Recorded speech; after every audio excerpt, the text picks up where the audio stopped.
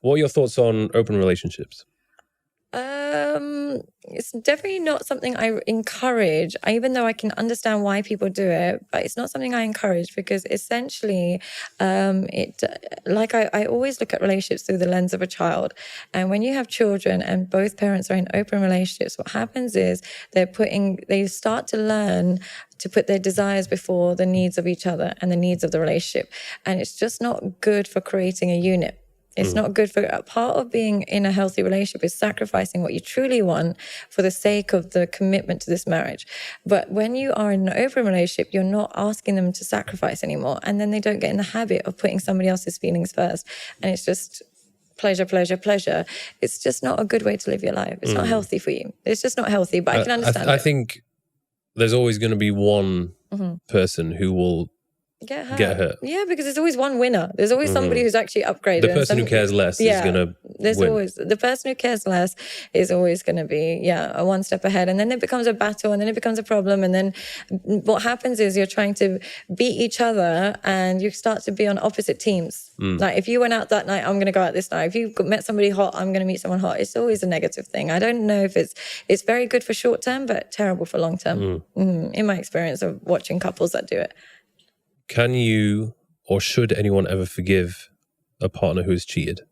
I think when you have children, yes. When you have children, you can do it. The reason being is children benefit from seeing mum and dad go through troubles, going through it, staying together. But forgiveness and staying are not the same thing. Staying with your partner and then punishing them and being horrible to them and controlling them and being abusive is not forgiving. Forgiving is we're going to start fresh. What made you want to cheat? Let's try and fix that. But what I notice, especially when men forgive women, it's not always good. Because they start to lose respect for themselves. They start to think, I'm such a fucking idiot. How can I forgive her? And they get angry at themselves. And do they end up wanting revenge? They want revenge and they get abusive, either physically or mentally. Where are you going? What time are you going? This, that, and the other, calling her names, calling her this, that, and the other. Women do it too when they've been cheated on, but women tend to just withdraw their love. They no longer love you. They no longer want to sleep with you.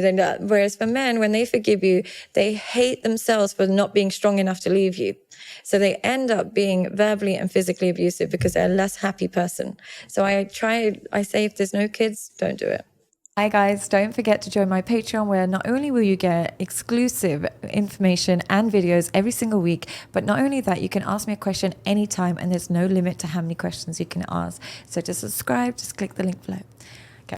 Yeah, I generally would probably not forgive. Have you ever forgiven by it? Like, have you ever been softer and thought, let me try and forgive? No, I mean, fortunately, I think I don't know for sure, but I feel like I've been in a position where I haven't really been cheated on. Yeah. But there's in my earlier days, in my early 20s, I think for sure it happened. Now that I look back at everything. Yeah. And but I think you've never been in a situation where it's been outright, someone's cheated? No, but the other person had started speaking to someone. Okay. So in a way, I just thought, well, it's over. Right.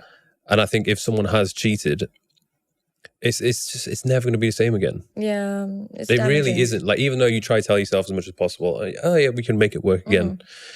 You're always going to think about it, and the trust is gone. And what I've noticed in a relationship, when the trust is gone, it's a mess. Yeah, it's unfortunate, but you start to be mad at yourself for not being strong enough to leave them. And when you're mad at yourself, you're a difficult partner. You're angry, you're aggressive, you're hostile. You don't want to reward them. You're like, oh, why should I cook for them? Why should I give her why should I give her a birthday present? You start to withhold the good things, but really unleash all the bad things. So I think it's always a bad thing. Unfortunately, it doesn't always work out well. What advice would you give to somebody who's in a relationship or dating someone who has experienced severe emotional trauma, usually maybe in their childhood? Oh, okay. So how do you deal with that? The thing is, when you've been traumatized in your childhood, you can't help but look for trauma in adulthood. So you'll look for somebody who will reincarnate that trauma. Somebody, say, for example, parent is abusive, you look for an abusive partner. Parent is absent, you look for an absent partner. You owe yourself the right to feel loved in the correct way. So select wisely. Selection is everything. Try not to, because what happens is when you've been traumatized, somebody who feels familiar, even though it's chaotic and horrible, you'll be drawn to them because it feels familiar. Sadia, and you label that as chemistry. And somebody who's nice, consistent, and caring, you see as boring, and you're like, oh, I don't want that. You owe yourself to look for peace, not pleasure, because in the long run, that peace will give you that comfort you always craved as a child, but that chaos will rehash all the traumas and you are left feeling so low. So you owe yourself that experience of love if you didn't get it as a child. Try and think about it like that.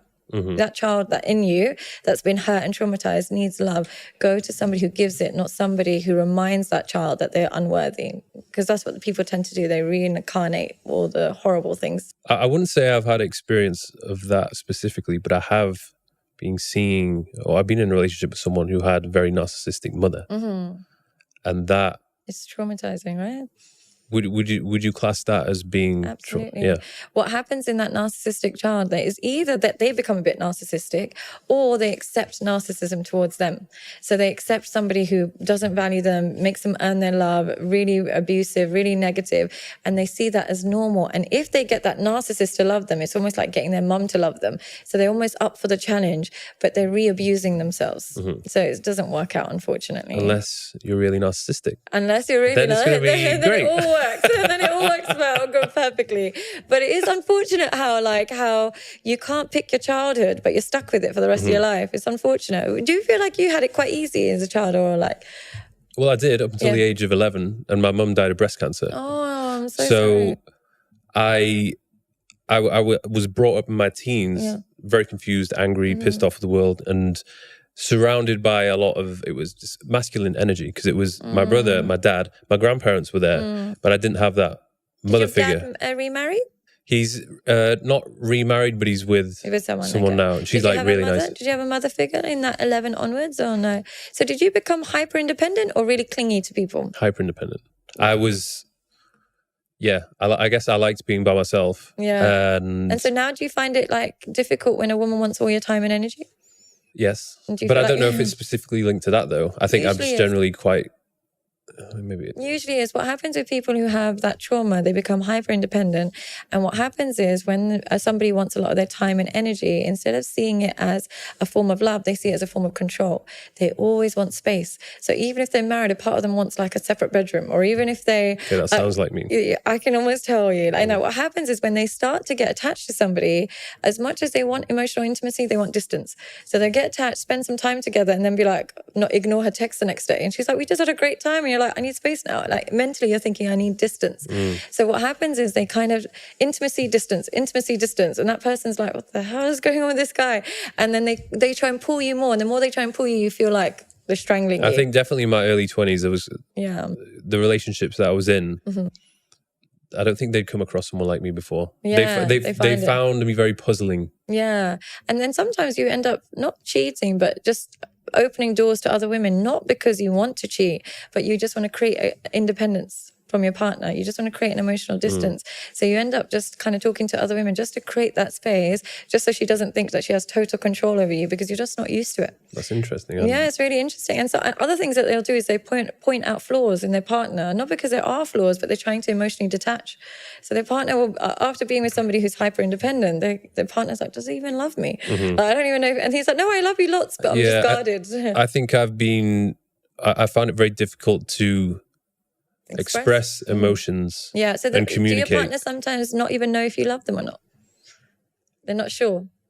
No, they know now. They know I think probably after the age of 25, I got much better at understanding women and just expressing myself. But beforehand, I was like so cold. Yeah, here's a tip. If you just soothe her when she's being annoying, she leaves you alone for a while. If you just reply quite quickly, she'll leave you alone for a couple of hours. But when you leave her on red and when you don't reply and you do that, that's when she starts talking to herself and going crazy. Quick tip is call her quickly, then you don't have to hear from her a couple of hours. It's just like, but men think you're trying to control me. It's not control. It's like giving a baby a dummy.